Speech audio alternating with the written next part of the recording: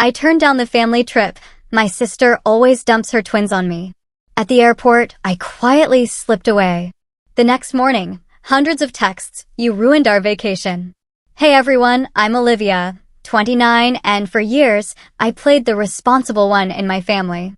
Growing up in a middle-class home in Connecticut, the roles were set early. My sister Melissa, now 33, was the golden child. Charming, outgoing, she just lit up a room. My parents, Diane and Richard, adored her, especially my dad, who'd laugh at her every joke and always put her needs first. And I get it, Melissa is captivating.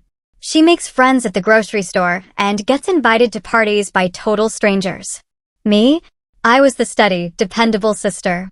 While Melissa was winning swim meets and being crowned prom queen, I was home helping mom with dinner, ironing dad's shirts, and quietly maintaining a 3.8 GPA that nobody ever really celebrated.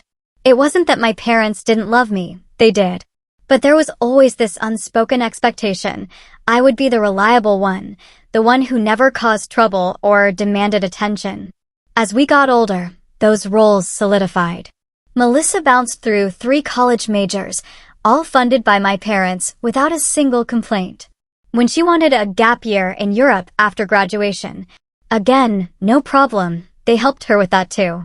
Meanwhile, I worked part-time through college, earned my accounting degree, and landed a solid job in Hartford right away. My achievements were met with quiet nods, never the fanfare Melissa received. The last 2 years brought a new, heavy dynamic. Mom's health started to decline due to complications from type 2 diabetes. Daily medication, constant blood sugar monitoring, urgent doctor visits when things spiraled. It was a lot.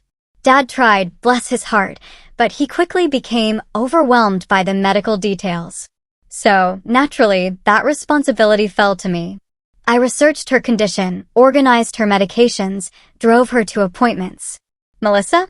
She'd call occasionally from Boston, where she was busy with her marketing job and buzzing social life.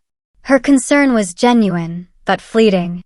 She'd ask how mom was doing, then immediately pivot to her latest dating drama or work conflict.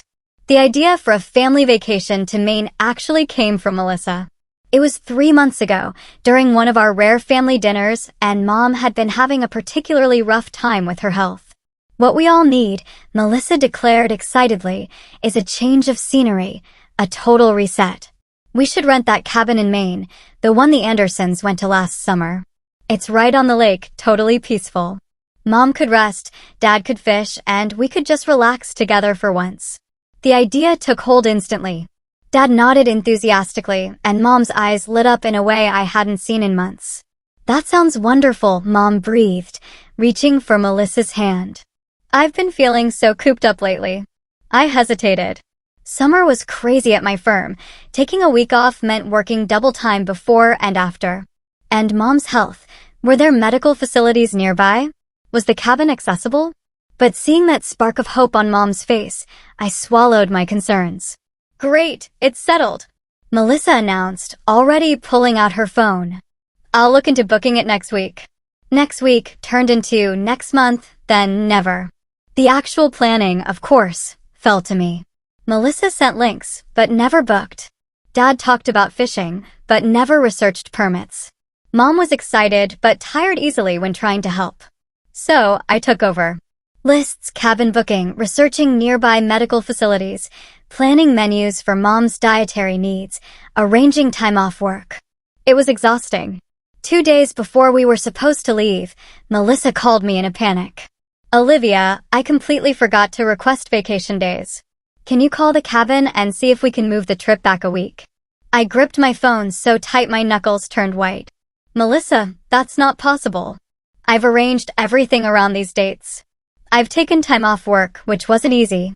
Mom's doctor appointments are scheduled around this trip. But I really want to come, she whined. Can't you figure something out? After a tense conversation, Melissa finally said she'd make it work by taking unpaid time off and facing her boss's disappointment. The way she said it, you'd think she was making some tremendous sacrifice, and a part of me, the old Olivia, actually felt guilty, even though the whole mess was entirely her doing. The night before we left, I methodically packed my suitcase, including a separate bag with all of Mom's medications, meticulously labeled with dosage instructions. I printed maps of the route, locations of the nearest hospitals and pharmacies, and a list of local restaurants that could accommodate Mom's dietary needs. I was physically and mentally drained, but I still held on to a tiny flicker of hope. Despite the planning stress, I genuinely looked forward to spending quality time with my family. Maybe this trip would help us connect. Maybe Dad would finally notice how much I contributed. Maybe Melissa would actually step up. With those hopeful thoughts, I finally fell asleep, dreaming of peaceful lake views and harmonious family meals. Little did I know, the reality would be dramatically different, and this vacation would become a turning point in how I viewed my family and myself. My alarm jolted me awake at 5:30 a.m. We had agreed to leave by 8 o'clock to avoid traffic and make the 6-hour drive to Maine with plenty of daylight. I splashed cold water on my face, trying to shake off the lingering fatigue. By 6:15, I double-checked Mom's medication bag, confirmed every pill bottle was labeled, and created a precise schedule accounting for travel and routine changes. I put that schedule in a bright red folder, impossible to miss. At 7 o'clock, I loaded my bags into my car and drove to my parents' house. Mom greeted me at the door, already in her comfortable travel outfit. "Good morning, sweetheart," she said, hugging me. "I've been up since 5, too excited to sleep." Diabetes affected her circulation, leaving her perpetually cold, even in summer.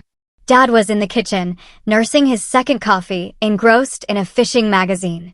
"Morning, Olivia," he grunted, glancing up briefly. "Ready for vacation mode?" I smiled and started organizing the cooler with drinks and snacks, including all the sugar-free options for Mom. The clock ticked past 7:30. No Melissa. Dad checked his watch, his impatience growing as 8 o'clock approached. At 8:15, he finally called her. I could hear Melissa's voice through the phone, bright and unapologetic. "Oh, I'm just finishing packing. Give me 30 minutes, tops." Dad sighed, but didn't protest. "All right, we'll wait. Drive safe." I bit my tongue. Melissa lived 15 minutes away. There was no good reason for her to be late. Instead, I used the extra time to review our route again, checking chargers for phones and Mom's glucose monitor. Melissa finally breezed in at 9:10, designer sunglasses perched on her head, carrying an oversized tote and her suitcase. "Sorry, everyone. I couldn't decide what to bring, and then I needed to stop for coffee." She held up a takeout cup as evidence. Dad took her bags without comment, then had to completely rearrange everything I'd carefully packed to fit her excessive luggage. Mom just smiled indulgently, happy we were all finally together. By 9:30, we were on the road, an hour and a half behind schedule. Melissa immediately claimed the front passenger seat. "I get carsick in the back," she declared, leaving me in the rear with Mom. I didn't mind. It gave me a chance to keep an eye on her. The drive was beautiful, suburban landscapes giving way to rural Maine. Dad played classic rock, and Melissa chatted animatedly about her friends and work drama. I gazed out the window, allowing myself to relax slightly. Around noon, we stopped at a charming retro diner. Mom checked her blood sugar, and I reviewed the menu. "The grilled chicken salad should be good for you, Mom," I suggested. "Light on the dressing." Melissa rolled her eyes. "God, Olivia, let Mom eat what she wants for once. We're on vacation." "It's fine," Mom interjected quickly. "The salad sounds perfect." When our food arrived, Melissa immediately complained about her burger. I asked for medium rare, and this is definitely medium well. She pouted, poking at it with her fork. She called the server over, delaying our meal by another 15 minutes. I noticed Mom looking tired, her face a little pale. "Did you take your noon medication?" I asked quietly. She nodded. "Just a little tired from sitting so long. I'll be fine once we get back on the road." After lunch, we continued north. Melissa dozed in the front seat while I kept Mom company, playing word games. The further north we drove, the more spectacular the scenery became. Dense forests, sparkling lakes, rolling hills. We crossed into Maine in the mid-afternoon, and a sense of anticipation built within me. Despite the delayed start and lunch drama, The vacation still held promise. Around 4:30 p.m., Dad turned onto a narrow, winding road. After several miles of increasingly remote terrain, we rounded a bend and caught our first glimpse of the cabin. It was even more beautiful than the photos, perched on a gentle slope overlooking a vast, clear lake with a wraparound deck and huge windows reflecting the water. Tall pines provided privacy and shade. A small dock extended into the lake with a rowboat tied alongside. Oh my, Mom breathed, her fatigue momentarily forgotten. It's perfect. Even Melissa sat up straighter, putting away her phone for the first time in hours. Wow. The Andersons weren't exaggerating. This place is gorgeous. Dad parked, and we all climbed out, stretching. The air smelled of pine and clean water, cooler and fresher than back home. For a moment, we stood together, taking in the view and the peaceful silence. That brief moment of family unity was powerful. I felt a surge of optimism. Maybe this was exactly what we all needed. I took charge of unloading the car, directing Dad and Melissa with bags while I organized supplies. The cabin's interior was as impressive as its setting: knotty pine, comfortable furniture, a stone fireplace, and a kitchen opening to a dining area with lake views. 3 bedrooms and 2 bathrooms branched off the main living space. I call the room with the lake view, Melissa announced immediately. Dad nodded. Your mother and I will take the master. Olivia, you're okay with the small room in the back, right? It wasn't a question. I just nodded and carried my bag to the smallest bedroom, which overlooked the driveway. It was perfectly adequate, clean, cozy. I unpacked quickly, then set up Mom's medication station on the kitchen counter, arranging pill bottles, glucose monitor, and the schedule I created. By early evening, we were settled. Dad figured out the gas grill, and we enjoyed a simple dinner of grilled chicken and vegetables. As the sun set, the lake turned molten gold, then deepened to purple. This was a wonderful idea, Mom said, squeezing Melissa's hand. Thank you for suggesting it. Melissa beamed, accepting the credit without mentioning my weeks of planning. But in that peaceful moment, surrounded by my family, I didn't mind. The vacation was off to a good start, despite the minor hiccups. As stars appeared, I allowed myself to hope the rest of our time here would bring the connection I'd been craving. I woke with the sunrise, my body still on work schedule despite the vacation. The small bedroom was filled with soft morning light. I lay still for a moment, listening to the unfamiliar creaking of the cabin, distant birdsong, and the gentle lapping of water. By 7 a.m., I was in the kitchen, coffee brewing, breakfast underway. I'd planned whole grain pancakes with fresh berries, Mom's favorite and suitable for her diet if she limited the syrup. The cabin was well stocked, and I'd brought specialty items for Mom. Mom joined me around 7:30, looking rested and moving with more energy than I'd seen in weeks. Something smells wonderful, she said, accepting the coffee I handed her. You didn't have to go to all this trouble, Olivia. No trouble, I replied truthfully. It was calming, cooking in this beautiful space. Did you sleep well? Better than I have in months, she admitted. Something about the air here. Dad appeared shortly after, dressed for fishing, eager to try the lake. These pancakes for everyone, Olivia? I nodded. I thought we could all eat together before heading out. I found a trail map yesterday. There's a beginner-friendly hiking path that loops around part of the lake. Should take about 2 hours. Perfect for this morning before it gets too hot. Sounds great, Dad agreed. I noticed the boat has fishing gear. Thought I might try my luck after the hike. We discussed this over dinner last night, agreeing to meet for breakfast at 8 o'clock and leave for the hike by 9 o'clock. But as 8:30 approached, Melissa still hadn't appeared. Mom set aside a plate of pancakes. Dad checked his watch, his impatience growing. Should I go wake her? I asked finally. Dad shook his head. Let her sleep. She works hard and needs her rest. I bit back a response about how we all worked hard. Instead, I cleaned the kitchen, wrapping Melissa's portion. At 9:15, still no Melissa. Dad's impatience won out. Maybe we should just head out. She can catch up if she wakes. Mom looked torn. But she'll be disappointed to miss the hike. Let's wait a little longer. We compromised, preparing for the hike, filling water bottles, applying sunscreen, gathering the map and first aid kit I'd packed. By the time we were ready, it was nearly 10 o'clock and the morning's coolness was already giving way to summer heat. Just as we were about to leave, Melissa finally emerged, yawning and stretching in her pajamas. "Morning, everyone," she said casually, as if we hadn't been waiting for 2 hours. "We were about to leave for the hike," I said, trying to keep my tone neutral. Melissa blinked. "Oh, right. The hike. Sorry, I completely forgot. Give me 15 minutes to get ready." 15 minutes stretched to 30 as Melissa showered, changed, and finally joined us, her hair perfectly styled despite the upcoming physical activity. By then, it was nearly 10:45, and the temperature had risen significantly. "We'll need to shorten the route," I said, studying the map. "It's getting too hot for the full loop, especially for Mom." Melissa frowned. "But I wanted to see the lookout point that was mentioned in the cabin guidebook." "We can try again tomorrow if we start on time," I suggested, avoiding looking directly at her.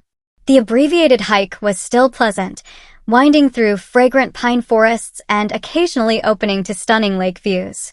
Mom moved slowly but steadily, and I stayed close, watching for any signs of fatigue. Dad ranged ahead with Melissa, their conversation punctuated by her bright laughter. About halfway through, I noticed Mom's pace slowing further, her breathing becoming labored. "Let's take a break," I suggested, guiding her to a fallen log. She sank down gratefully. "Just need to catch my breath. It's been a while since I've done this much walking." I handed her water and discreetly checked for other symptoms. Her face was flushed, but not alarmingly so.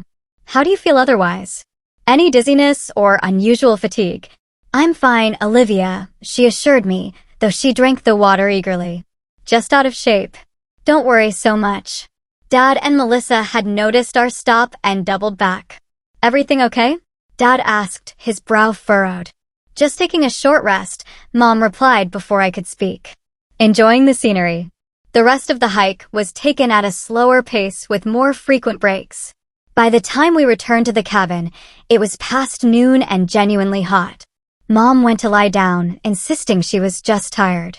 I checked her blood sugar before she napped, slightly elevated, but not dangerously so. Dad headed out to fish. Melissa announced she was going to sunbathe. I used the time to prepare a light lunch for when Mom woke and to plan the next day's activities with more realistic timing. Around 2 p.m., we gathered for lunch on the deck. Mom looked refreshed, and the tension from the morning's delays seemed to have dissipated. Dad proudly showed pictures of a small bass he'd caught and released. "I thought we could try that seafood restaurant in town for dinner tonight," I suggested. "The reviews are great, and they have plenty of options that would work for Mom's diet." Actually, Melissa interjected, "I met some people while I was sunbathing on the dock. Local guys with a boat who know all the best spots around the lake. They recommended a different place, the Lobster Trap. Supposed to be the best seafood for miles. Did you check if they have menu options for diabetics?" I asked. Melissa rolled her eyes. "Not everything has to revolve around dietary restrictions, Olivia. I'm sure they have salads or something." Dad, predictably, sided with Melissa. "The Lobster Trap sounds great. It's good to get recommendations from locals." I let it go, making a mental note to check the menu online. Mom caught my eye and gave a small shrug that seemed to say, "It's not worth arguing about." After lunch, Melissa disappeared into her room to freshen up, emerging an hour later in a new outfit, makeup redone. "By the way," she announced casually, "I might not join you all tomorrow for the lighthouse tour. The guys I met invited me to go out on their boat.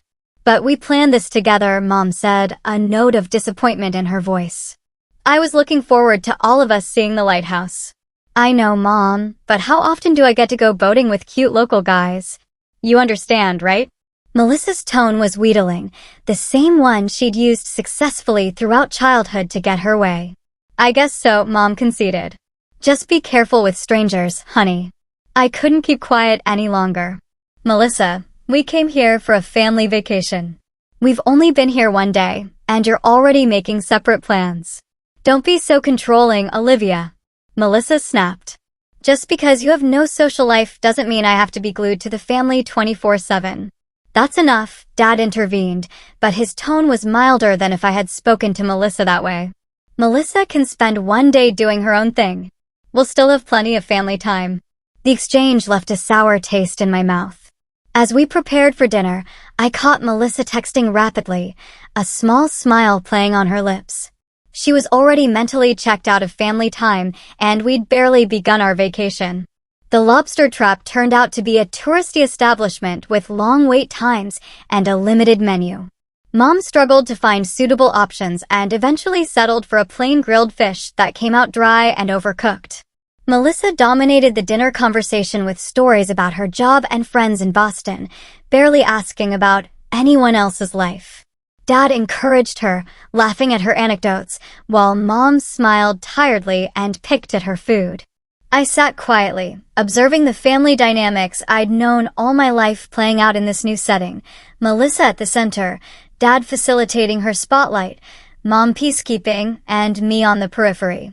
I'd hoped the change of scenery might shift these patterns, but so far, the vacation was only reinforcing them. Back at the cabin, Melissa announced she was taking a moonlight walk along the shore. "Don't wait up," she called, phone in hand. I suspected she was meeting her new friends. Dad turned on the television to catch a baseball game, and Mom settled beside him with a book. I retreated to my small bedroom, lying awake, listening to the unfamiliar night sounds of the lake, wondering if I was the only one who felt the undercurrent of tension beneath our supposed vacation idyll. The third morning dawned bright and clear. I woke early again, checking the weather, perfect conditions for the boat trip we'd reserved weeks ago. It was a 3-hour cruise around the lake, pointing out wildlife and historical sites. Mom had been particularly excited, as it required minimal exertion. I headed to the kitchen to start breakfast, stopping briefly to check on Mom and Dad's closed door. They were still sleeping, which was good. Mom needed the rest. I started coffee and began mixing batter for blueberry muffins, a recipe Mom loved. As they baked, filling the cabin with their sweet aroma, I realized I hadn't heard any movement from Melissa's room either. Given yesterday's pattern, I wasn't surprised. Our boat tour was scheduled for 11 a.m., giving us plenty of time for a leisurely breakfast and the short drive to the marina. Mom and Dad emerged around 8:30, drawn by the smell of coffee and fresh baking. Mom looked well-rested, her color good. I discreetly watched as she checked her blood sugar and took her morning medication. "These muffins are wonderful, Olivia," she said, selecting one. "You're spoiling us." Dad poured himself coffee, peering out at the lake. "Perfect day for boating. What time do we need to leave?" "We should head out by 10:15 to be safe," I replied. "The marina is about 20 minutes away, and they asked us to arrive 15 minutes before departure to check in." Dad nodded. "I'll make sure Melissa is up by 9:30. We enjoyed a pleasant breakfast on the deck, watching early morning kayakers glide across the lake's still surface. At 9:30, Dad knocked on Melissa's door, but received no answer. He knocked again, louder, then cautiously opened the door. "She's not here," he said, returning to the deck with a confused expression. "The bed doesn't look slept in." A flicker of concern crossed Mom's face. "Do you think she's okay? Should we call her?" "I'm sure she's fine," Dad said, though he immediately pulled out his phone to dial her number. After several rings, it went to voicemail. He left a message reminding her about the boat tour. By 10 o'clock, there was still no sign of Melissa, and her continued absence created a nervous atmosphere. Dad tried calling again with the same result. "Maybe she stayed with those friends she met," he suggested, looking uncomfortable. Mom's worry was more visible now. "She should have let us know." "That's not like her." I refrained from pointing out that it was exactly like Melissa to do what she wanted without considering others. Instead, I busied myself packing a small cooler with water and snacks for the boat trip. As 10:15, our planned departure time, approached, I noticed something else troubling. "Dad, where are the car keys? We should get going." Dad patted his pockets and frowned. "They should be on the hook by the door where I left them." A quick search confirmed what I was beginning to suspect. The keys were gone, and so was the car. Melissa had taken it without asking, without leaving a note, and without considering that we might need it. Dad's expression darkened. "She knows we have the boat tour today. Why would she take the car without saying anything?" The situation grew more concerning when Mom opened the refrigerator and frowned. "Olivia, didn't you put my backup insulin in here? I can't find it." A quick inventory of Mom's medication revealed the problem.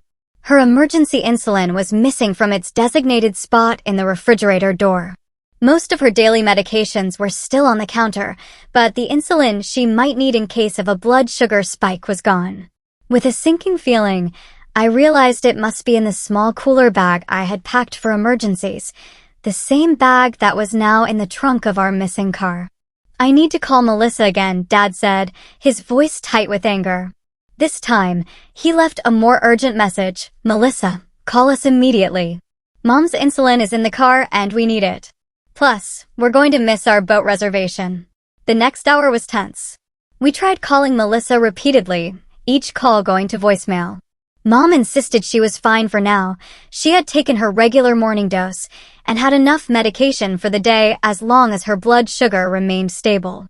But the missing emergency insulin was a safety concern we couldn't ignore. At 10:45, I made the decision to cancel our boat tour. The marina was too far to walk, especially in the growing heat, and we couldn't risk missing the boat and losing our deposit. The cancellation fee was substantial, but there was no alternative. "I'm sorry about the tour, Mom," I said, seeing her disappointment. "Maybe we can reschedule for later in the week." Mom patted my hand. "It's not your fault, dear. I'm more concerned about Melissa. This isn't responsible behavior." Dad paced the deck, alternating between calling Melissa and staring down the road as if he could make the car appear. His mood shifted between worry and anger. "When she gets back, we're going to have a serious conversation about consideration for others," he muttered. My primary concern was Mom's medication. While she wasn't in immediate danger, I didn't like having her emergency supplies inaccessible. After some research on my phone, I discovered there was a small pharmacy in town, about 2 miles away. It might be possible to get a temporary emergency prescription filled. "I'm going to see about getting to town," I announced. "We need to have backup insulin, just in case." Dad looked ready to object, probably to suggest waiting longer for Melissa, but Mom nodded firmly. "That's a good idea, Olivia. Better safe than sorry." I found a water taxi service listed online that could pick us up from our dock and take us to the town marina. The cost was more than I wanted to spend, but this was about Mom's health. 20 minutes and a phone call later, a small motorboat pulled up, operated by a weathered local man who introduced himself as Ray. "Need a lift to town, folks?" he called. I helped Mom into the boat, explaining the situation to Ray. He was sympathetic and offered to wait while we visited the pharmacy. The boat ride to town was beautiful despite the circumstances, with Ray pointing out local landmarks and a family of loons. At the pharmacy, I explained our situation, and the pharmacist was understanding. Mom had her medical information stored in her phone, which helped expedite the process. While they couldn't provide a full replacement, they were able to give us enough emergency insulin to last the remainder of our vacation. The cost was high without our regular insurance, but I paid without hesitation. Ray waited as promised and ferried us back to the cabin. As we approached our dock, I felt a mixture of relief about securing the medication and simmering frustration about the circumstances that had made it necessary. We returned to the cabin around 2:30 p.m. to find the car still missing and no sign of Melissa. Mom was beginning to look tired from the outing, so I helped her to the couch for a rest while Dad resumed his anxious pacing and phone calls. Finally, at nearly 4 p.m., we heard the sound of tires on gravel. Through the window, I saw our car pull up with Melissa at the wheel. She emerged, looking relaxed and happy, wearing a new sun hat I hadn't seen before and carrying shopping bags. Dad met her at the door. "Where have you been?" he demanded, his voice tight with controlled anger. "We've been calling you for hours." Melissa looked genuinely surprised. "My phone died, and I forgot my charger." "Did you need something? Did we need something?" I interjected, unable to contain myself. "We had a boat tour scheduled for today, the one we've been planning for weeks. You took the car without telling anyone, with Mom's insulin in it." Melissa's expression shifted from surprise to defensive irritation. How was I supposed to know her insulin was in the car? And I thought the boat thing was tomorrow. Even if it was tomorrow, you don't take our only vehicle without letting anyone know, Dad said. We were worried about you, and we needed the car. Mom joined us, moving slowly from her rest on the couch.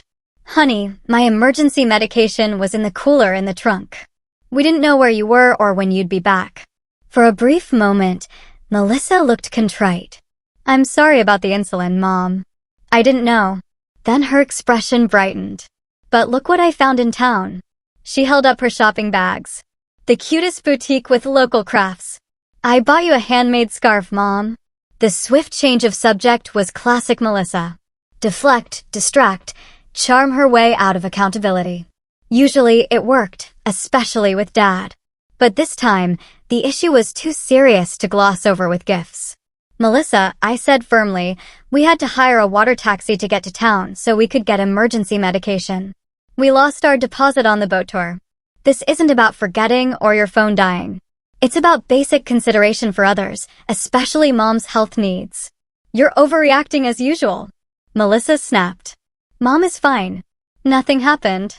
And I said I was sorry about the insulin, but how was I supposed to know it was in the car? You should have asked before taking our only transportation, I insisted, or left a note, or made sure your phone was charged. Any of those would have been the responsible thing to do. Dad stepped between us, his mediator role firmly in place. All right, that's enough. What's done is done. Melissa, please be more thoughtful in the future. Olivia, let's move past this. We still have most of the day ahead of us. I noticed he had barely chastised Melissa while asking me to drop the subject. The familiar pattern stung, especially given the seriousness of the situation. Mom, ever the peacemaker, suggested we all have a late lunch on the deck and enjoy the beautiful afternoon. The meal was strained, with Melissa chattering about her shopping discoveries and the charming local men who had given her recommendations. She barely acknowledged the worry and inconvenience she had caused. And by dessert, she had shifted the narrative entirely. She had done us a favor by discovering these local gems that weren't in any guidebook. After lunch, I found Mom in her room, sitting on the edge of the bed, looking more tired than she had that morning. Are you feeling okay? I asked, instantly concerned. Just a bit run down from all the excitement, she assured me. But I noticed she was checking her blood sugar again. The reading was higher than ideal, likely from the stress of the day. Let me get you some water and your medication, I offered. As I helped Mom with her pills, a wave of protective anger washed over me. This vacation was supposed to help Mom relax and recover, not add stress that affected her health. That evening, I stayed close to Mom, monitoring her condition discreetly. Her blood sugar eventually stabilized, but the incident had left me on high alert. As I helped prepare dinner in the kitchen, I could hear Melissa on the deck, talking and laughing on her phone, presumably with her new local friends. The sound grated on my nerves, but I focused on chopping vegetables with perhaps more force than necessary. Dad joined me in the kitchen. Olivia, he began awkwardly, I know today didn't go as planned, but try not to be too hard on your sister. She's young and enjoying her vacation. She's 33, Dad, I replied quietly, keeping my voice low. That's not young when it comes to basic responsibility and consideration for others. Mom could have had a serious issue today. Dad sighed. I know, and I've spoken to her about it, but you know how she is. The more we push, the more she pushes back. Let's just try to salvage the rest of the vacation, okay? I nodded, not trusting myself to speak further without saying something I might regret. But as I continued preparing dinner, I couldn't shake the feeling that a line had been crossed today, and that worse was yet to come. The fourth day of our vacation dawned overcast, with a hint of humidity that suggested afternoon thunderstorms. The weather matched my mood, heavy with unresolved tension from yesterday's events. Still, I was determined to make the most of our family time, especially for Mom's sake. I planned a picnic, knowing Mom enjoyed outdoor meals, but needed to avoid excessive exertion. There was a perfect spot just a short walk from our cabin, a grassy clearing with picnic tables overlooking a quiet cove, close enough for Mom to manage easily, but scenic enough to feel special. By 9 a.m., I was in the kitchen preparing picnic foods, carefully including options for Mom's diet, whole grain sandwiches with lean protein, fresh fruit, and a homemade bean salad. I also packed Mom's medication, extra water, and a small first aid kit. Yesterday's experience had reinforced my caution. Dad emerged around 9:30, kissing Mom's cheek as she followed him into the kitchen. "Something smells great," he commented. "Picnic lunch," I explained. "I thought we could walk to that little cove." "It's an easy walk for Mom, and the tables are in a shaded area." Mom smiled appreciatively. "That sounds lovely, Olivia. What can I do to help?" I set her up with the simple task of wrapping sandwiches while I finished the salads.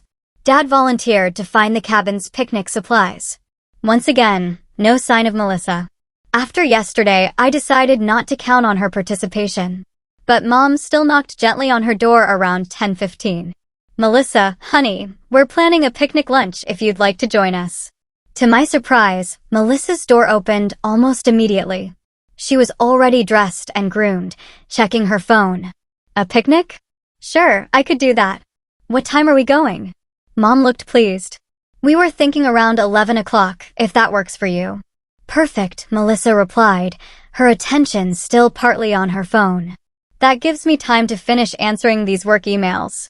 I felt a flicker of hope that today might proceed more smoothly. Perhaps Melissa had reflected on her behavior. By 10:45, all the picnic preparations were complete. We were ready to head out once Melissa joined us. At 11:05, Melissa finally emerged from her room. "Ready?" she announced cheerfully. Then, glancing at her phone again, she added, "Oh, by the way, I hope it's okay. I invited a couple of people to join us. They're bringing some local craft beer they thought Dad might like to try." My hope for a peaceful family day deflated instantly. "You invited strangers to our family picnic? Without asking anyone?" Melissa rolled her eyes. "They're not strangers. They're the guys I met the other day, Jake and Troy, and Jake's sister Aubrey is coming too. They're locals who know all the best spots around here." Dad, predictably, seemed unbothered. "The more the merrier, right? And craft beer sounds great." Mom looked less certain, but nodded supportively. "Of course, it's fine. I'll just grab a few more plates." I bit my tongue and recalculated the food. It would stretch to accommodate 3 more people, but just barely. More concerning was that Melissa had once again made a unilateral decision affecting all of us without consultation or consideration. We set out for the picnic spot, me carrying the heavy cooler while Dad managed the picnic basket and folding chairs. Mom walked slowly but steadily, and Melissa strolled alongside her, chatting about local attractions. The picnic area was lovely, a grassy clearing with sturdy wooden tables, shade trees, and a spectacular view of a quiet cove. I set up our spot, spreading the tablecloth and arranging the food while Dad helped Mom get comfortable. Melissa checked her phone. "They should be here any minute. They're coming by boat," said they'd dock at the small pier just down there. She pointed to a wooden dock extending into the cove about 50 yards from our table. Sure enough, within minutes, we heard a motorboat approaching. A sleek craft pulled up and 3 people disembarked, 2 men and a woman, all in their late 20s or early 30s. They waved enthusiastically when they spotted Melissa, who waved back with equal excitement. Introductions were made quickly. Jake was tall with sun-bleached hair. Troy was shorter but muscular, with tattoos. Aubrey, Jake's sister, had the same blonde hair. "So great to meet Melissa's family," Jake said, shaking Dad's hand. "She's told us all about you." Troy held up a 6-pack of craft beer. "Local brewery. Best IPA in Maine, if you ask me." Dad looked delighted, immediately engaging Troy in conversation about brewing techniques. Mom smiled politely as Aubrey sat beside her, asking questions about our cabin. Melissa hovered, clearly pleased with herself for facilitating these connections. I busied myself setting out the food, trying to rearrange it to accommodate the additional people.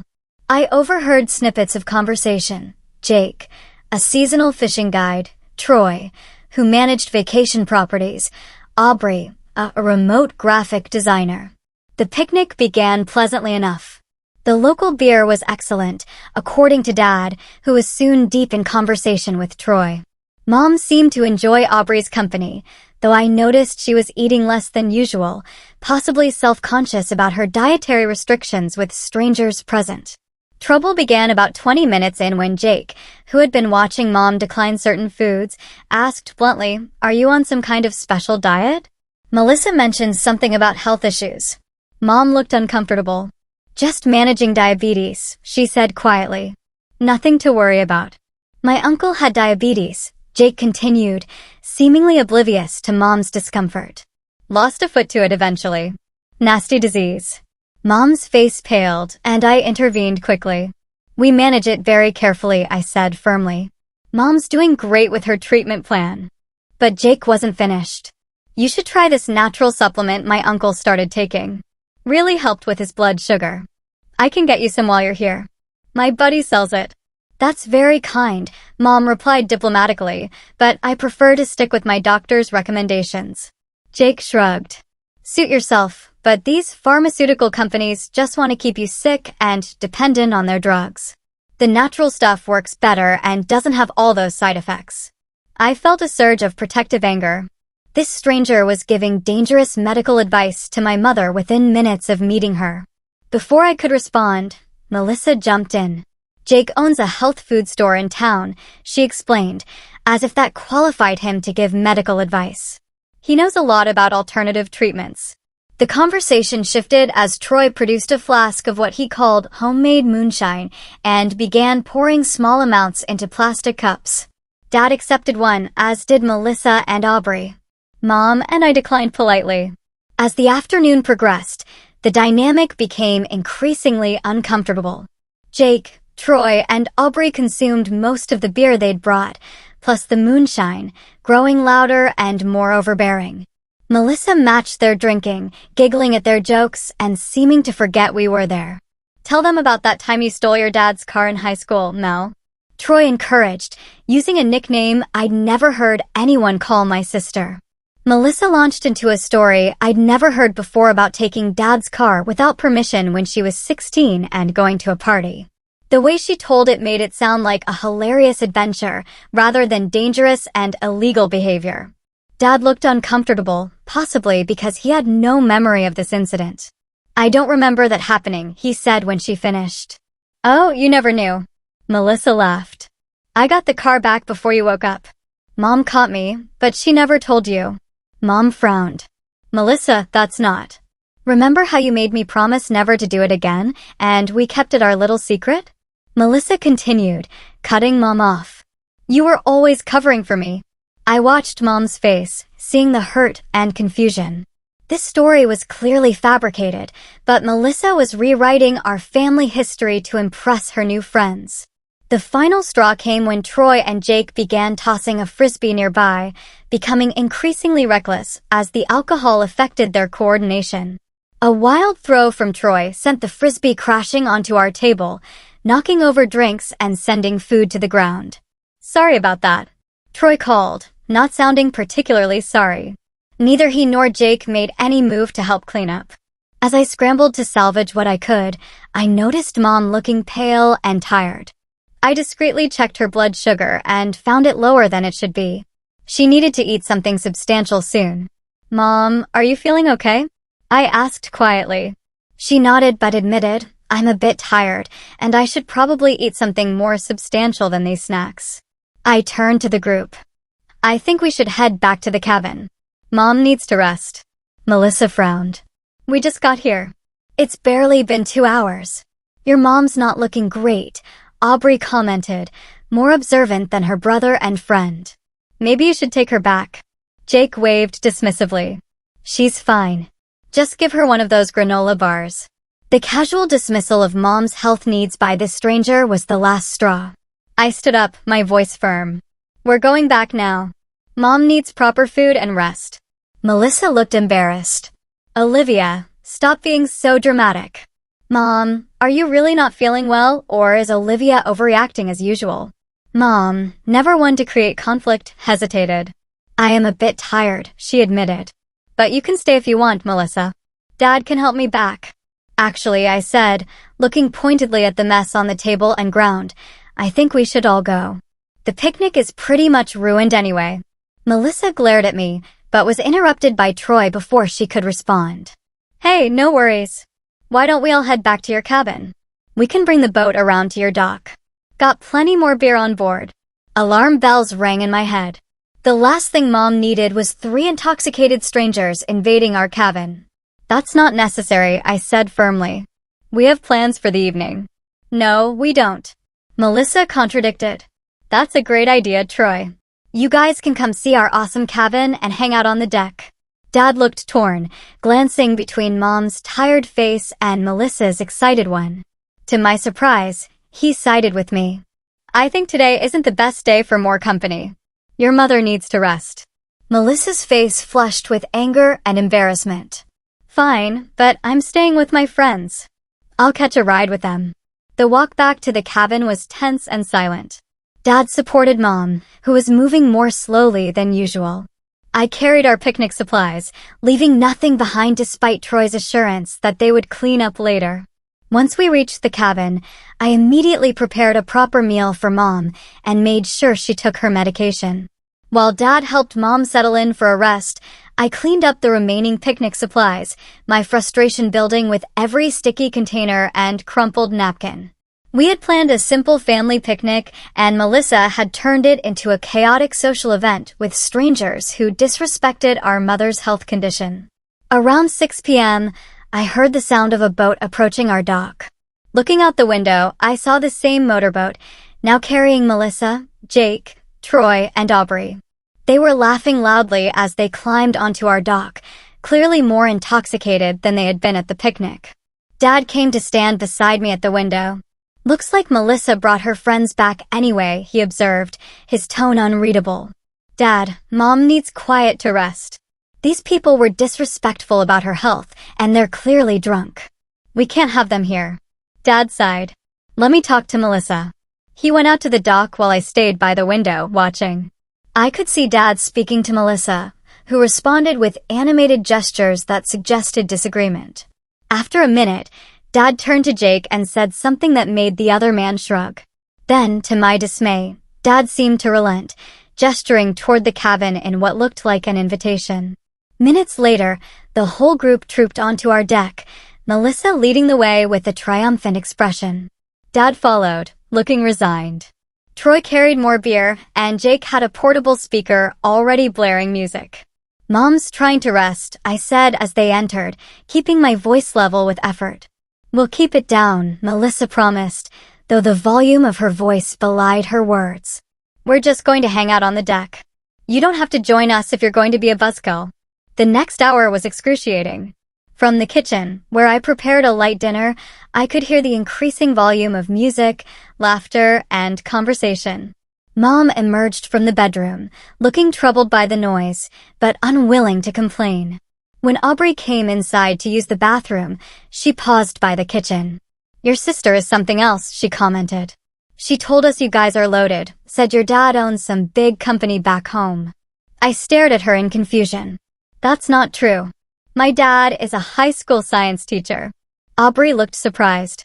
Oh, she said you guys own multiple vacation homes and were thinking of buying property up here. The realization that Melissa was lying to impress these people added another layer to my frustration.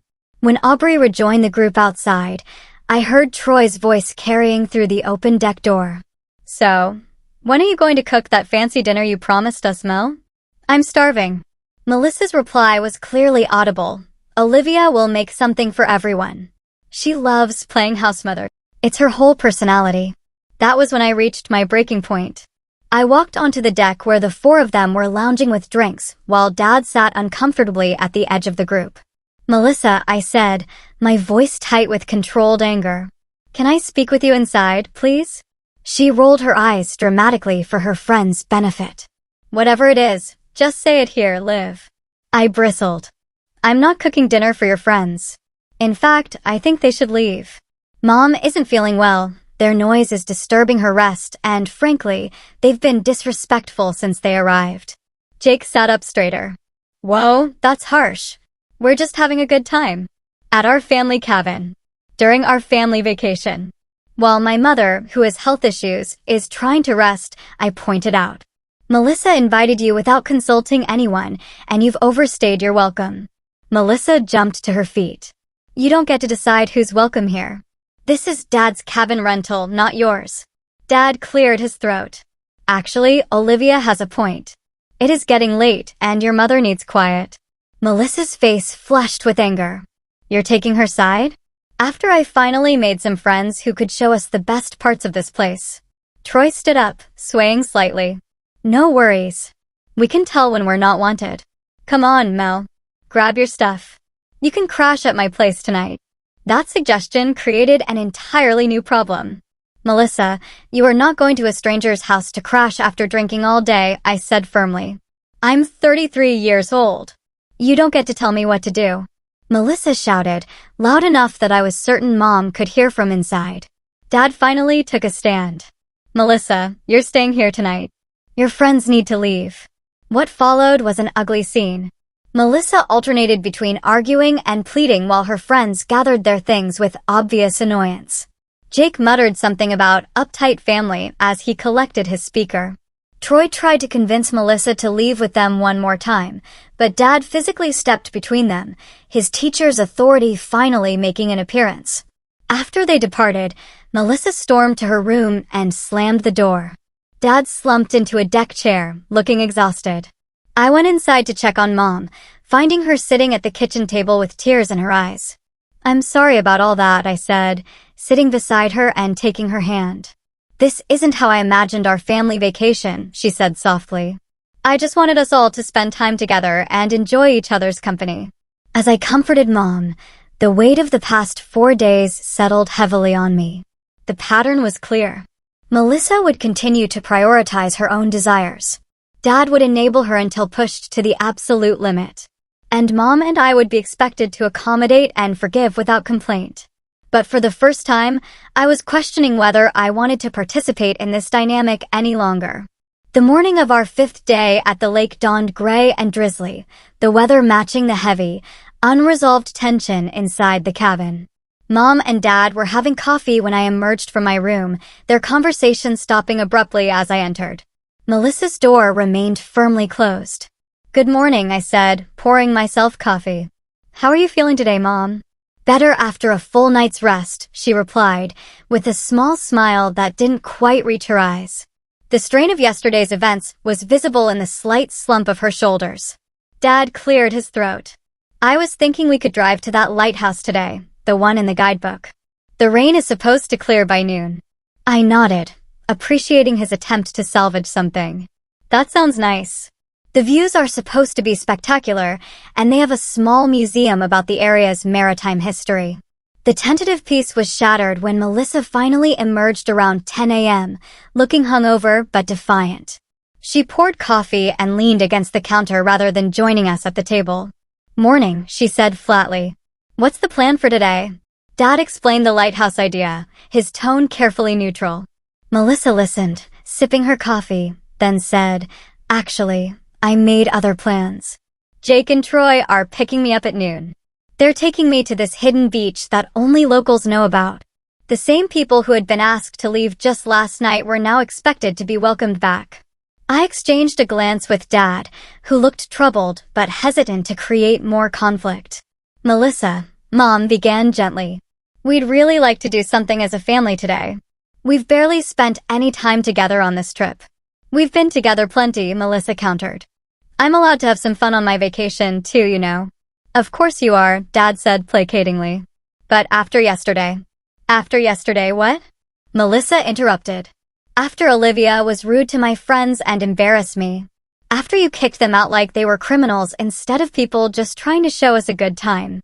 Dad's placating approach clearly wasn't working. So, I decided to be more direct. After they disrespected Mom's health needs, drank excessively on our property, and left us to clean up their mess, I said. Those people aren't friends, Melissa. You met them 3 days ago. Melissa rolled her eyes. Here we go again with Saint Olivia, the guardian of all things proper and responsible. Some of us actually know how to have fun and make connections with new people. This isn't about fun, I replied, struggling to keep my voice level. It's about respect for the family and consideration for Mom's needs. We came here for a family vacation, and you've spent most of it avoiding us or bringing strangers into our space. Oh, please, Melissa scoffed. Mom is fine. You're just being controlling as usual. Dad intervened. Let's all calm down. Melissa, we would really appreciate it if you joined us for the lighthouse today. Your friends can wait until tomorrow. Melissa hesitated, possibly because the request came from Dad rather than me. For a moment, I thought she might agree.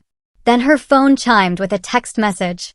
She checked it, and her expression hardened. They're already on their way. I can't cancel now. Yes, you can, I said. You can text them back and explain that you're spending the day with your family. I don't want to. Melissa shot back. I want to go to this beach with people who are actually fun to be around. Mom's soft voice cut through the tension. Melissa, honey, I've been looking forward to the lighthouse. I thought we could take some family photos there. The hurt in her voice was unmistakable. For a brief moment, Melissa looked conflicted. Then she squared her shoulders. I'm sorry, Mom, but I already committed to this. They're bringing a picnic and everything. I'll do the lighthouse thing with you another day. There won't be another day, I pointed out. We're leaving in 2 days, and tomorrow is supposed to be stormy. Well, that's not my fault, is it? Melissa retorted. Maybe you should have planned better. The unfairness of that statement, when I had done all the planning for this trip, was the final straw. Years of built-up resentment and frustration broke through my usual restraint. I did plan, I said, my voice rising despite my efforts to control it. I planned this entire vacation while you did nothing. I researched activities that would work for Mom's health needs. I packed her medications and monitored her condition. I made restaurant reservations and scheduled tours. I even packed special foods that she can eat safely. Melissa looked taken aback by my outburst, but quickly recovered. Nobody asked you to do all that. You just like controlling everything. No, I countered, years of unspoken thoughts finally finding voice. I do it because someone has to be responsible. And it's never going to be you, is it? Not when you were 16 and Dad had to pick you up from parties where you were drunk. Not when you were 22 and Mom and Dad had to pay off your credit card debt. And not now at 33, when you can't even be bothered to show up on time for family activities. Olivia. Dad warned, but I was beyond stopping. Do you have any idea what Mom's been through this year with her health? Do you know how scared she was when she was hospitalized in March? Of course you don't, because you sent flowers instead of visiting, then called for 5 minutes before you had to rush to a party. Melissa's face flushed. That's not fair. I live in Boston. I can't just drop everything every time Mom has a health issue. I live an hour further away than you do. I pointed out. But I managed to be there. I always manage to be there because that's what family does. So I'm not family now? Melissa's voice had taken on a dangerous edge. You're family when it's convenient for you. I replied. When you need money, or a place to stay, or someone to listen to your latest drama. But when the family needs you, when Mom needs you, you're nowhere to be found. Melissa turned to her parents, tears welling in her eyes. Tears I recognized as her go-to tactic when confronted with uncomfortable truths. Are you going to let her talk to me like this? Dad looked deeply uncomfortable. Olivia, that's enough. Your sister, no, it's not enough. I interrupted, something I rarely did with my father. For years, we've all tiptoed around Melissa's feelings while ignoring everyone else's. We make excuses for her selfishness. We clean up her messes. We rearrange our lives to accommodate her whims.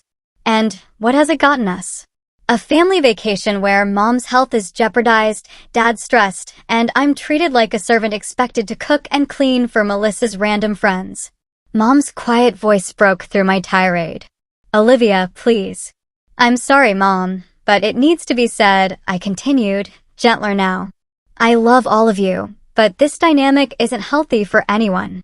Melissa needs to hear that her actions affect others, especially you. Melissa's tears had turned to rage. You think you're so perfect, don't you? The responsible daughter, the good one. Well, guess what? Everyone is sick of your controlling, judgmental attitude. You don't get to dictate how I live my life or spend my vacation. No, I don't, I agreed. But when your choices directly impact Mom's health and well-being, that's where I draw the line. Mom is fine. Melissa shouted. Stop using her health as an excuse to control everything. At that, Mom herself stood up. I am not fine, she said with unusual firmness. I haven't been fine for months. My blood sugar has been all over the place. I'm constantly tired, and I worry about every bite of food I put in my mouth. This vacation was supposed to be a chance for me to relax and enjoy my family, but instead, I've been stressed and anxious since we arrived. Melissa stared at Mom, momentarily speechless. Dad placed a hand on Mom's shoulder, but she gently shrugged it off. Diane, he began, using her name in that special way reserved for serious moments. No, Richard, Mom said. I need to say this. I love both my daughters equally. But Olivia is right about one thing. This vacation has become all about managing Melissa's needs and moods rather than enjoying our time together. Melissa's face crumpled. So, you're taking her side? After everything I've done to make this vacation fun, what exactly have you done? I asked incredulously. Name one thing you've contributed to this vacation besides stress and drama. I've found this place. Melissa shot back. This was my idea. Finding a cabin online and then doing absolutely nothing to make it happen doesn't count as a contribution, I retorted. Dad paid for it. I booked it. Researched activities. Packed supplies. You ruined it is what you did. Melissa shouted. You've turned what should have been a fun family vacation into a military operation with your schedules and rules and judgment. You've made everyone miserable with your controlling behavior. Dad finally found his voice. Melissa, that's enough. Olivia has worked very hard to make this vacation pleasant for everyone, especially your mother. If anyone has ruined things, it's he cut himself off, but the implication was clear. Melissa gasped, genuinely shocked to hear her father come so close to blaming her. I can't believe this, she said, her voice suddenly small. My entire family is turned against me. No one is turned against you, I said wearily. We just want you to grow up and think about someone besides yourself for once. The sound of a boat motor approaching our dock broke the tense silence. Melissa's phone chimed with a text message. That's Jake and Troy, she said, her voice cold. I'm going with them. Don't wait up. Melissa, please. Mom called as she headed for the door. Stay and talk this through. There's nothing to talk about, Melissa replied without turning around. Olivia has made her feelings clear, and apparently, you all agree with her. I know when I'm not wanted. With that dramatic exit line, she stormed out of the cabin. Through the window, I could see her hurrying down to the dock where the now familiar motorboat was waiting. Jake waved enthusiastically, unaware of the family drama he was intersecting. After Melissa departed, the cabin fell into a heavy silence. Mom sank back into her chair, looking utterly drained. Dad paced the living room, running his hands through his hair, a gesture of frustration I'd rarely seen from him. I'll make some fresh coffee, I said, needing something practical to do. As I measured the grounds, Dad came to stand in the kitchen doorway. Did you mean what you said about leaving tomorrow? I nodded, not trusting myself to speak without my voice breaking. I'm sorry, Olivia, he said, the words coming out haltingly, as if he wasn't accustomed to saying them to me. I didn't realize how much pressure you've been under. It's not just this vacation, I replied, keeping my eyes on the coffee maker. It's been our family dynamic for as long as I can remember. I just reached my breaking point. Mom joined us, her eyes red-rimmed, but dry now. I should have seen it, she said softly. I've leaned on you so much, especially since my diagnosis. It wasn't fair. I don't mind helping, Mom, I assured her. I love you and I want to support you. What I mind is that it's always assumed I'll handle everything while Melissa gets a free pass to do whatever she wants. Mom reached for my hand. I never meant to make you feel taken for granted. I know you didn't, I said, squeezing her hand. But that's what happened, and I need some space to figure out what comes next. The lighthouse trip was quietly abandoned as the three of us spent the afternoon in a strange, subdued state. I prepared a simple dinner, which we ate mostly in silence. The absence of Melissa's usual chatter and drama felt oddly conspicuous, like a missing tooth your tongue keeps finding. As I was cleaning up, Dad approached me hesitantly. Are you sure about leaving tomorrow? I nodded. I need to, for me. What should I tell Melissa? The question irritated me. Still worried about Melissa's feelings, even now, but I kept my tone neutral. Tell her the truth. That I needed some space after our argument. Dad nodded, looking older than I'd ever seen him. "I've made a lot of mistakes with you girls," he admitted. "I thought I was being a good father by keeping the peace. But I was really just enabling bad patterns." The acknowledgement, however late in coming, meant something. "It's not too late to change those patterns, Dad." That night, I packed my belongings methodically. As I folded clothes, I felt a strange mixture of sadness and relief. The decision to leave early was painful but necessary, a declaration of my own worth and needs that had been a long time coming. I went to bed early but lay awake for hours, listening to the unfamiliar sounds of the lake at night and wondering if I was doing the right thing. Around midnight, I heard the distant sound of a boat motor. Melissa returning, presumably. There were no voices or door slams, just the quiet click of her bedroom door closing. Morning came with pale sunlight filtering through my window. I dressed quickly and carried my bags to the car before joining my parents for a final breakfast. Melissa's door remained closed. "I made your favorite blueberry pancakes," Mom said, her smile brave, but her eyes sad. "Thank you," I said, genuinely touched. We ate together, making stilted small talk.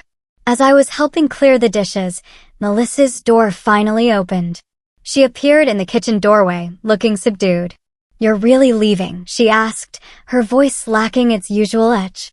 "Yes," I replied simply. "I think it's for the best." She nodded, not meeting my eyes. "Safe drive." It wasn't an apology, but it wasn't an attack either.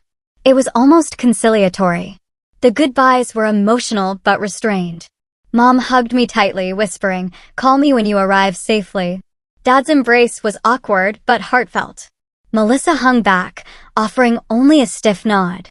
As I drove away, watching the cabin recede in my rearview mirror, I felt a strange sense of both loss and liberation.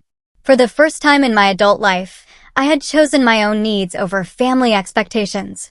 The road ahead was uncertain, but it was mine to travel on my own terms. The small inn I found about 30 miles from our family cabin was nothing special.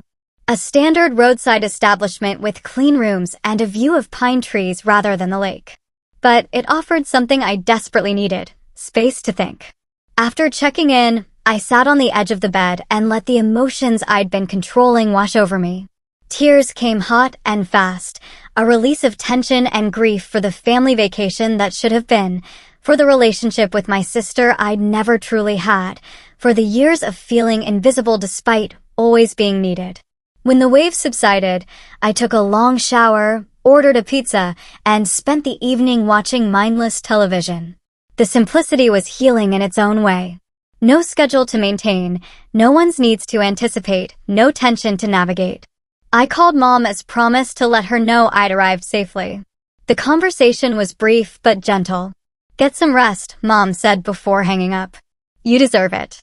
The next day, I slept later than I had in years, waking naturally around 9:30 a.m. without an alarm.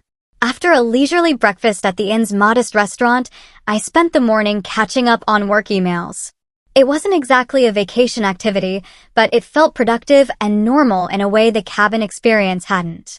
In the afternoon, I drove to a nearby state park and hiked alone, setting my own pace without worrying about accommodating anyone else. The solitude was refreshing rather than lonely. As I stood on a small overlook watching a hawk circle lazily in the clear blue sky, I realized how rarely I experience this kind of unstructured freedom, the ability to go where I wanted, when I wanted, answering only to myself. That evening, my phone rang with Mom's number. I answered immediately, a reflexive spike of worry cutting through my newfound peace. "Is everything okay?" I asked. "Yes and no," Mom replied, her voice strained. "I had a bit of a blood sugar issue this afternoon. Nothing too serious, but I was pretty shaky for a while." Concern flooded me. "What happened? Did you take your medication? Where was Dad? Is there a doctor nearby you can see?" "Olivia, breathe," Mom said gently. "I'm fine now."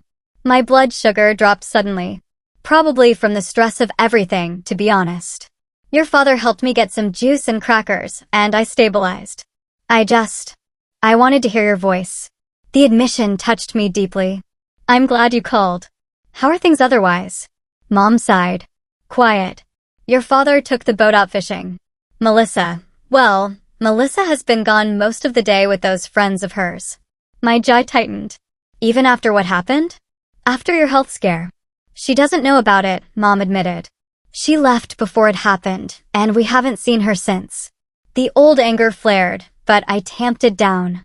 Mom, maybe you should come join me at this inn. It's not fancy, but it's comfortable and I could take care of you properly. There was a pause before Mom responded.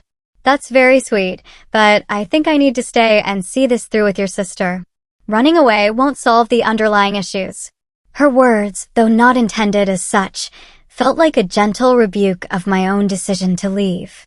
I didn't run away, I said, more defensively than I intended.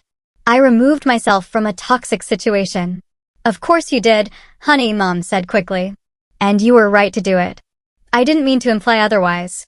We talked a while longer, Mom filling me in on Dad's fishing success and the family of loons they'd spotted. By the time we hung up, I felt both better for having talked to her and unsettled by the news of her health episode. The next morning, I woke early and found myself packing my bags without having consciously made the decision to return to the cabin.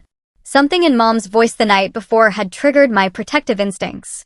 Despite my determination to prioritize my own needs, I couldn't ignore the possibility that Mom might need me. I checked out of the inn and pointed my car back toward the lake, telling myself I was just going to check on Mom and could always leave again if the situation remained unchanged. The drive felt shorter this time. As I pulled into the cabin's gravel driveway, I was surprised to see only Dad's SUV. Melissa's rental car was nowhere in sight. I parked and sat for a moment, gathering my thoughts. Dad answered my knock, surprise evident on his face. Olivia, we weren't expecting you back. I was worried about Mom after her blood sugar incident, I explained. Is she okay? Dad stepped back to let me in. She's better today. The doctor said it was likely a combination of stress and missing a meal. I stopped in the doorway. Doctor? You took her to a doctor. Dad nodded. I insisted after she nearly fainted yesterday.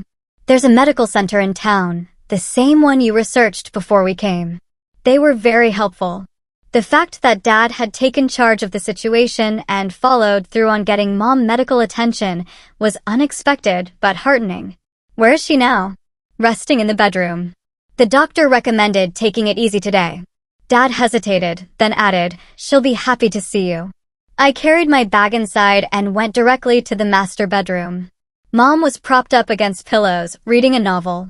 Her face brightened when she saw me. Olivia, what a wonderful surprise. I sat on the edge of the bed and took her hand. I was worried after your call yesterday. How are you feeling? Much better, she assured me. Your father has been very attentive, and the doctor was wonderful. She adjusted my medication slightly, which seems to be helping. I glanced around the cabin. Where's Melissa? Mom's expression clouded slightly. She didn't come home last night. She texted her father this morning to say she was staying with her friend, Aubrey. The information didn't surprise me, but it still stung to know that Melissa had essentially abandoned the family in the middle of a health crisis. Has she asked about you at all? Mom shook her head. I don't think your father told her I wasn't feeling well. He didn't want to worry her or give her the opportunity to demonstrate whether she would care enough to come back, I thought, but didn't say. Instead, I asked, have you eaten lunch yet? I can make you something. Your father brought me soup a little while ago, Mom said, then added with a small smile, it was from a can, but he heated it perfectly. The image of my father, who rarely ventured into cooking territory, carefully preparing canned soup for my mother, brought an unexpected lump to my throat. Perhaps my departure had forced some necessary changes in the family dynamic already. I spent the afternoon keeping Mom company, catching her up on my brief solo adventure and listening to her stories about Dad's fishing exploits. She seemed genuinely more relaxed than she had been earlier, despite her recent health scare. I had a good talk with your father after you left, she confided when Dad stepped out to buy more ice. I told him some hard truths about how I felt enabling Melissa all these years. It wasn't an easy conversation, but it was necessary. How did he take it? I asked, genuinely curious. Better than I expected, Mom admitted. I think seeing you stand up for yourself shocked him into reconsidering some things. He admitted he's been unfair to you and far too permissive with Melissa. The acknowledgement was validating, even secondhand. Do you think anything will actually change? Mom squeezed my hand. Change doesn't happen overnight, especially with patterns as old as these. But I believe we've taken the first steps. Early evening brought the sound of a car in the driveway. Looking out the window, I saw Melissa's rental. She entered the cabin alone, stopping short when she saw me sitting with Mom in the living room. "You're back," she said, her tone unreadable. "Mom had a health scare yesterday," I replied, not bothering to soften the information. Her blood sugar dropped dangerously low. Dad had to take her to a doctor. Melissa paled visibly. "What? Why didn't anyone call me? Would you have answered?" I asked.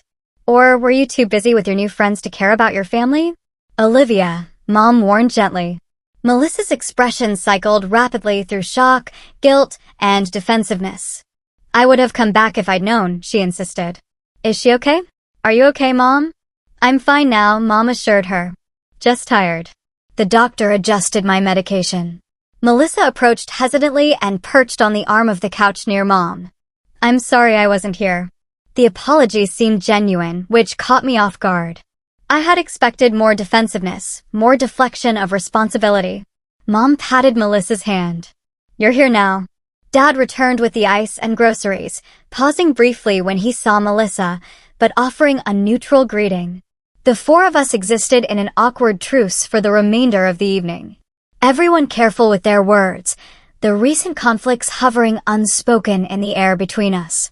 After dinner, which I prepared while Dad insisted on handling the dishes, Melissa approached me on the deck where I'd gone for some fresh air. "I didn't know Mom was sick," she said without preamble. "I would have come back." "I believe you," I replied, surprising myself with the realization that I did. Melissa could be selfish and thoughtless, but she loved Mom in her own way. Melissa leaned against the railing, looking out at the lake. "I've been thinking about what you said about me never taking responsibility, always expecting everyone to accommodate me." I stayed silent, giving her space to continue. "I'm not good at being reliable," she admitted. "Not like you. It's easier to be the fun one, the spontaneous one. No one expects anything from me except entertainment." "That's not entirely true," I said. "Mom and Dad expect you to be an adult who considers others, especially when it comes to Mom's health. And I expect you to be a sister who sees me as a person with needs, not just a convenient resource to handle whatever you don't want to deal with." Melissa nodded slowly. "I can see how I've been taking advantage. Not intentionally, but the result is the same."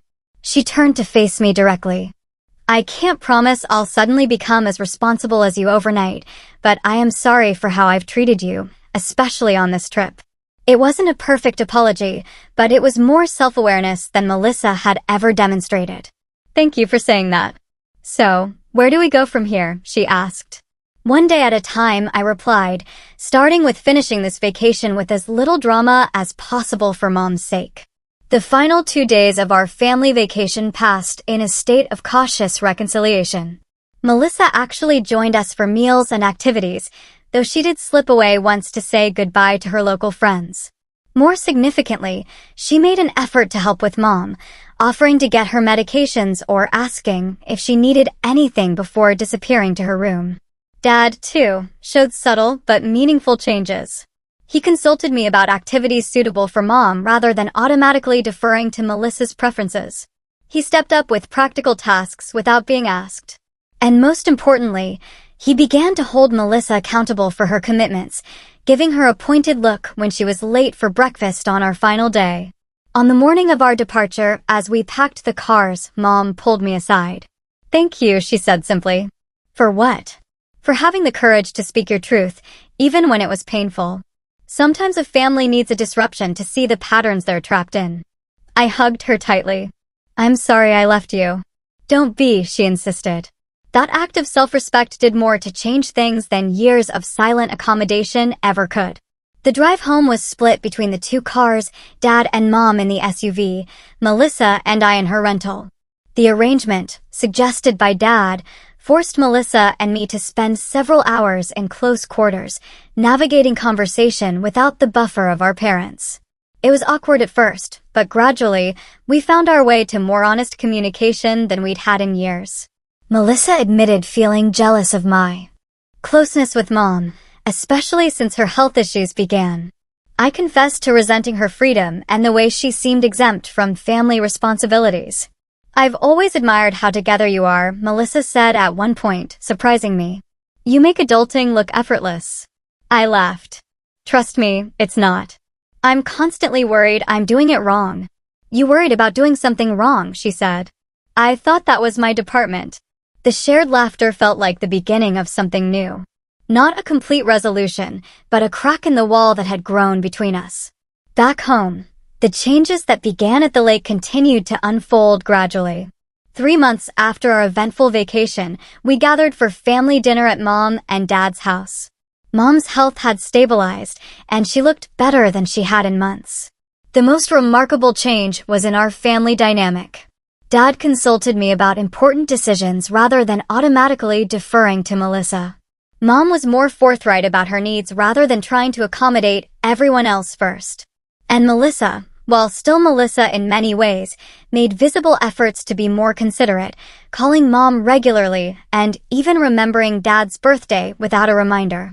As for me, I discovered that speaking up for myself didn't cause the family to fall apart, as I had feared.